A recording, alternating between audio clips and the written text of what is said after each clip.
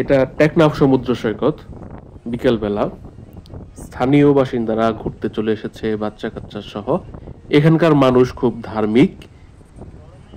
দক্ষিণ চট্টগ্রামের মানুষই মূলত ধার্মিক বেশি।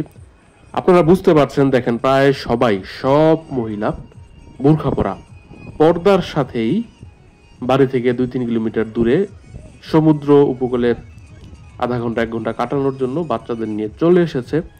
ওনারা কিন্তু টুরিস্ট না, এখানকার লোকাল বাসিন্দা। নির্জন একটি সমুদ্র সৈকত আমার কাছে খুবই ভালো লাগে। মূলত কক্সবাজার সমুদ্র সৈকতেরই অংশ, মানে যেটাকে আমরা দীর্ঘতম সমুদ্র সৈকত বলি, সেটার একটা পার্ট টেকনাফ উপজেলা। এখান থেকে 5-7 কিলোমিটার দক্ষিণে গিয়ে তারপরে সমুদ্র সৈকত আর নাই।